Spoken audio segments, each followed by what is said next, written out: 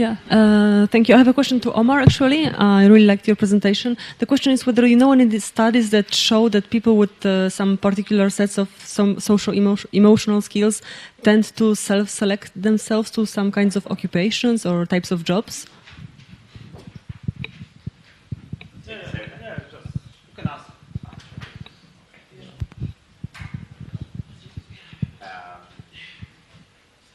Yes, definitely.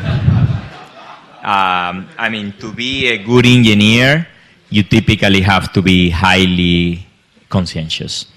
And in fact, there are some personality traits that only have a return in certain occupations. So like extroversion matters if you're in sales, but doesn't matter in general in the labor market. So there is quite a bit of self-selection.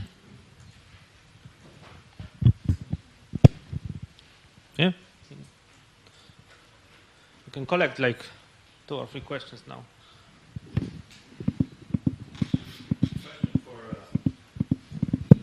Question for the last speaker.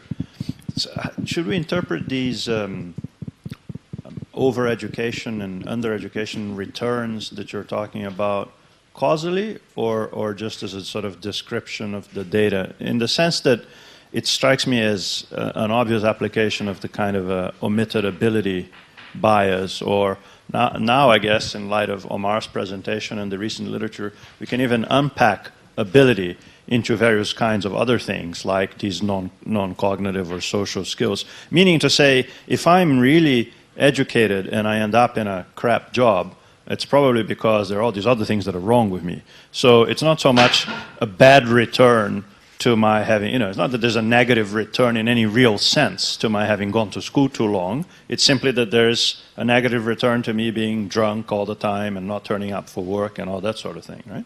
Thanks. Well. And I think I have a similar point, John Atrowicz, National Bank of Poland. And that's also a question for Leszek. So thinking about your estimates and their interpretation, the over-education penalty, as you call it, is substantially smaller than returns to skills that you're showing in a different part of the table.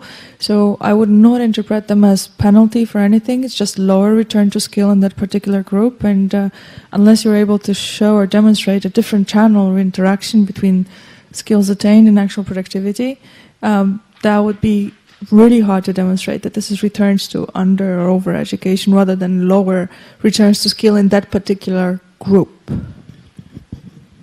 And maybe the third one. I have one to Glenda, because you decompose the inequality in wages into like skill use, skill returns, and skill levels.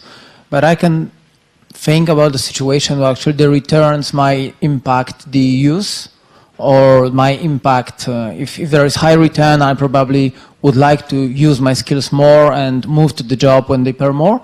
So I understand your analysis is static, but do you see any kind of like trade-offs between various margins that you study, or like self-enforcing between the various margins, like for example the countries with the higher use in particular part of the distribution tend to be the countries that also have like higher return in that part of the distributions of skills, or is there nothing like that? Okay, so maybe let's, we will come back to the question. Let's work on the LIFO maybe, and let's start with the last question, and then we'll come to the first 2 ones. Okay, so with maybe. Okay, thank you for the questions. Of course, I have to agree with your proposition. Unfortunately, for the labor force survey data, it's not very possible to extend the set of controls and the variables you can control actually in the regression. So it's really a tricky problem to deal with the ability bias, the omitted variable problem.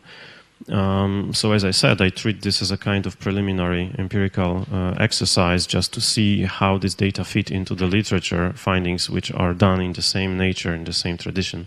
of research. But obviously, it would be much more interesting to see whether these results hold or represents more or less the same results if you use a kind of data like PIAC, probably where other measures of cognitive skills and other measures of ability are available to control. And as far as I know, the Polish data for PIAC are also available. So it's a natural step to go beyond what is done so far and then to see whether these results are robust or not. And I would say that more like the same answer for the second question. So thank you for that point. And obviously, I agree to that.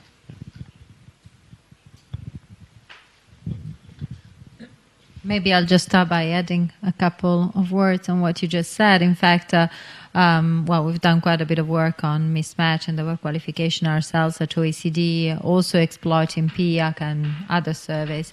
And it is the case that, I mean, I wouldn't say the results hold, so what you get is fairly standard actually in the literature, and it doesn't change once you have skills. But what you do see is that, in fact, people who are overqualified might actually have lower skills than people who are well matched. So there is a difference between the two groups. If you think intuitively, there's more people going to university. There's a much more diverse set of. Finally, I can see your face. There's more diverse, set of skills. So not everybody who graduates and gets a university degree comes out with exactly the same skills. There's a range. So people who are at the top range are more likely to appear when you look at the data as underqualified, because they're very good and they might actually get a job that's above their level of qualification.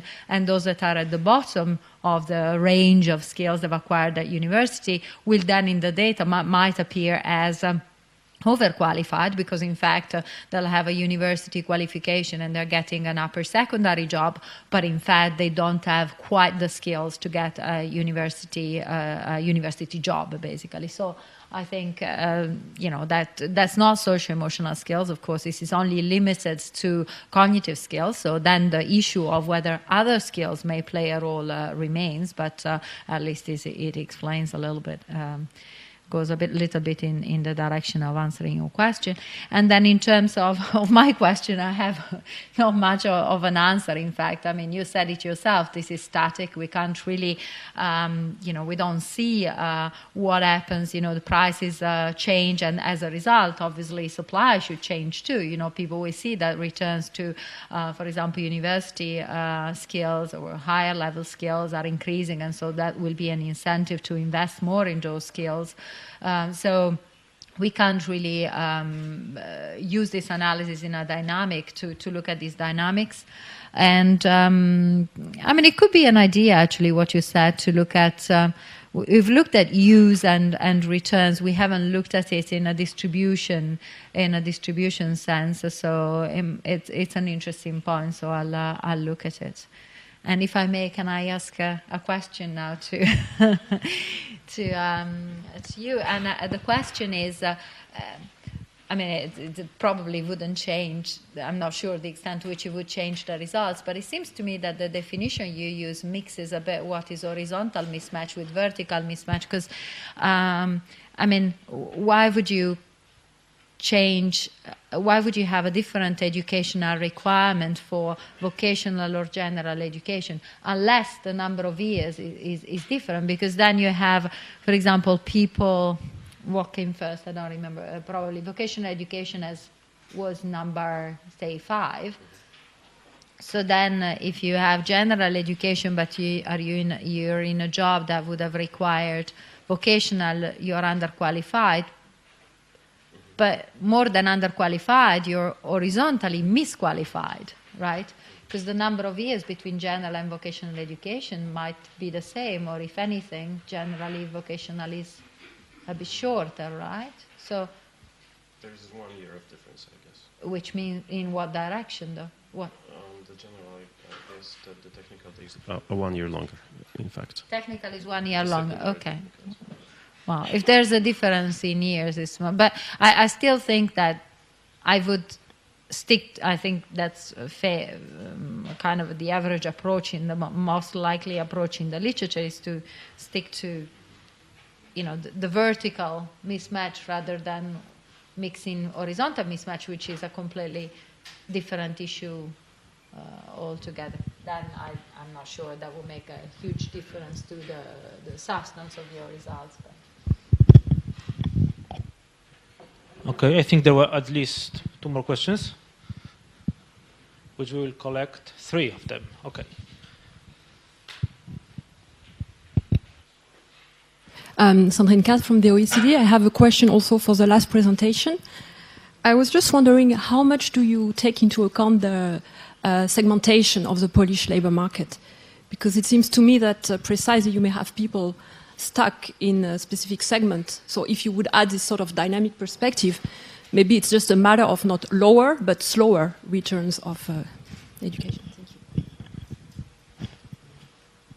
There's one more at the end.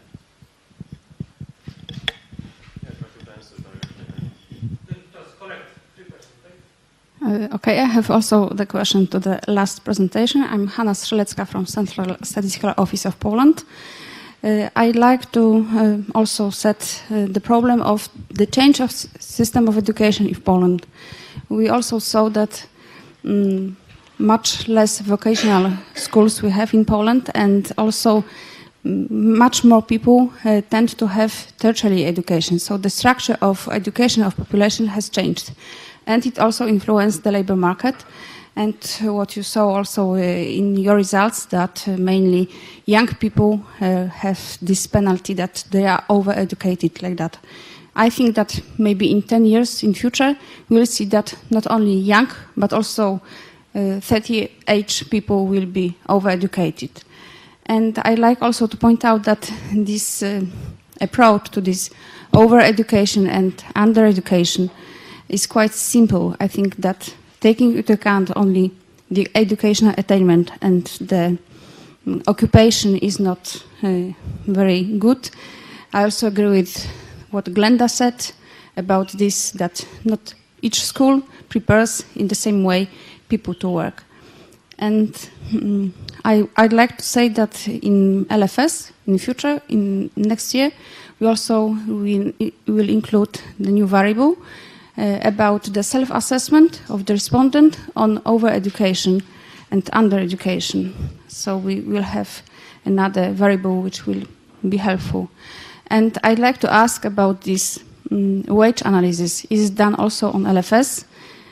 Because I have doubts about the reliability of the results. We have quite many non-response in that, and the results on wages are underestimated.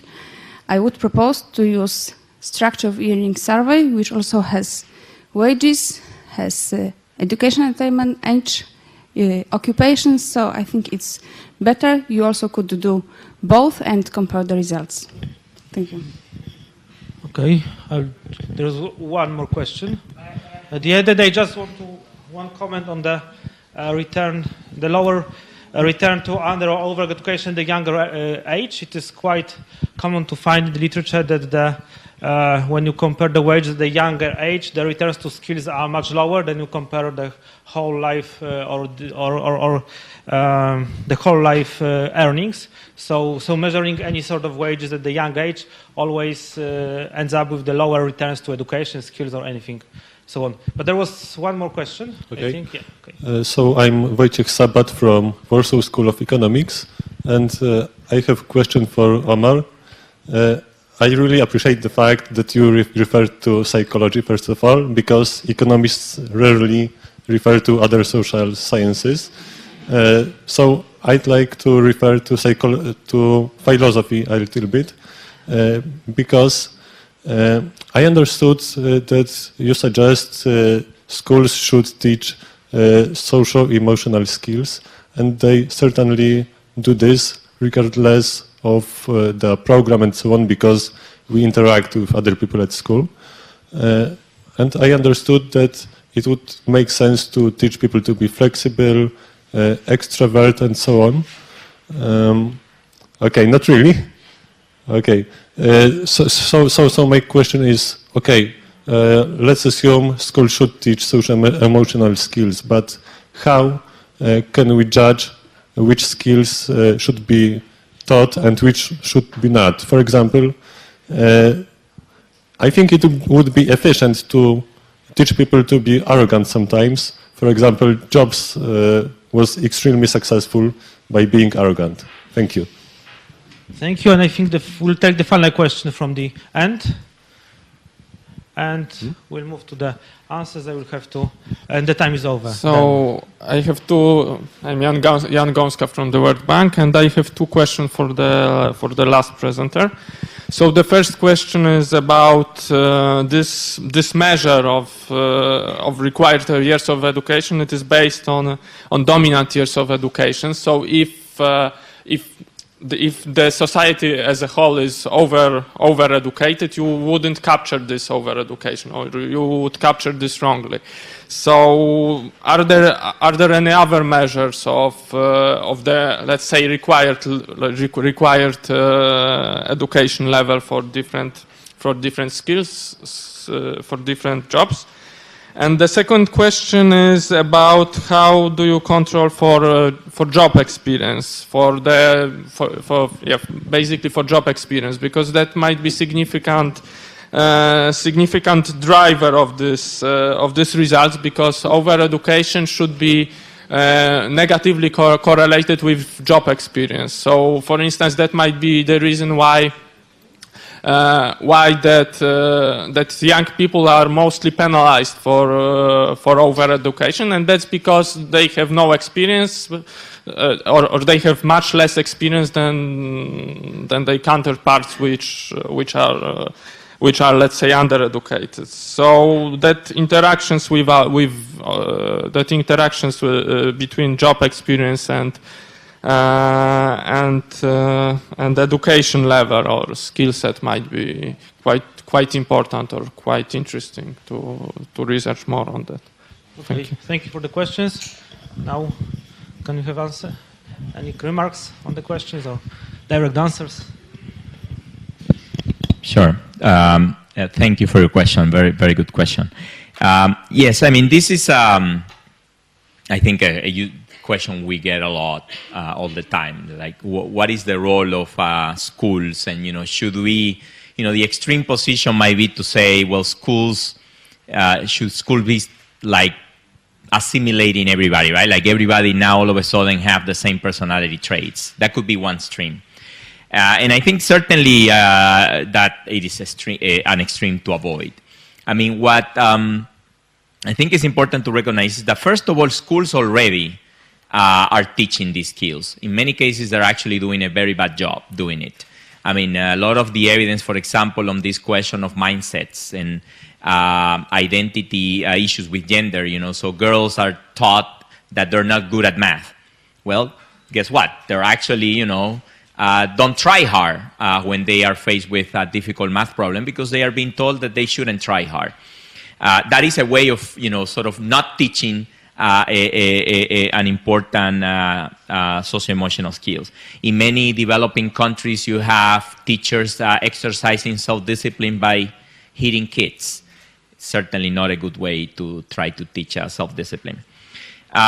Now, sort of more generally, I mean, you're totally right. I mean, there are certain personality traits that are actually, related to the question of selection that are actually favorable for certain occupations. So good managers tend to be not agreeable. So they actually tend to be a little bit more, I don't want to say authoritarian, but certainly more strict with that. Certainly the literature suggests that. There is a limit to, you might say, well, it's always a good thing to be very conscientious.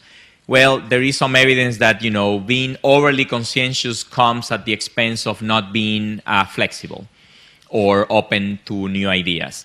And I don't know, if you think of, entrepreneurs, people like Steve Jobs, who actually defy authority, but on the other hand are very persistent with what they want to do. I mean, it's very difficult to say that they are conscientious or not. They exhibit high degrees of conscientiousness in some facets, but not in others. So we shouldn't be really lumping together all these traits and then expect schools to be doing the same job for everybody. Thank you for all the questions. There were actually so many that I'm not sure if I can answer all of them or remember them. I made some notes, and please excuse me if I don't address every issue that has been raised. I would start with the question about the labor market segmentation. I think it was raised.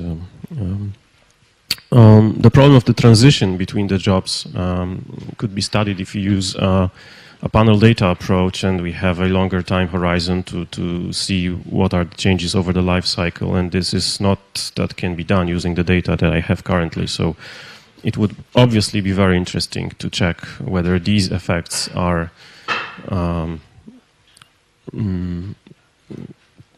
only transitory or permanent. Okay, so if people are stuck into some segments in the labor market or not. So this is what I cannot do using the data, but I would, of course, be very glad to do in the future. As far as the data is concerned about the wages for the labor force survey, of course, I'm aware about all the weaknesses of the wage data in the labor force survey, and the missing data problem is very important. What I usually do, looking at the missing data for wages, I compare the structure of the sample for missing responses and those responses that were actually given. In most cases, it appears that the differences between those samples is not so huge. I mean, there are some differences looking at higher incidence of missing data for agriculture sector, for example, and people who tend to be self-employed, of course, do not report their earnings. So that has to be excluded from the study anyway. So.